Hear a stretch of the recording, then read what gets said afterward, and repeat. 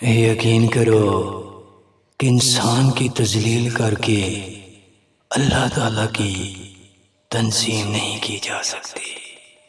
اے دوست، دنیا پر حکمرانی چاہتے ہو تو اپنے والدین کے نوکر بن جاؤ۔ یقین کریں کہ ماں باپ کو محبت کی نظر سے دیکھنا یہ بھی عبادت ہے۔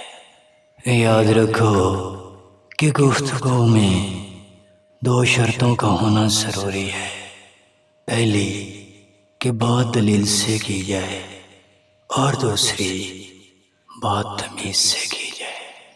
اے دوست، یقین کرو کہ زندگی اس وقت تک خوبصورت ہے جب تک والدین زندہ ہو۔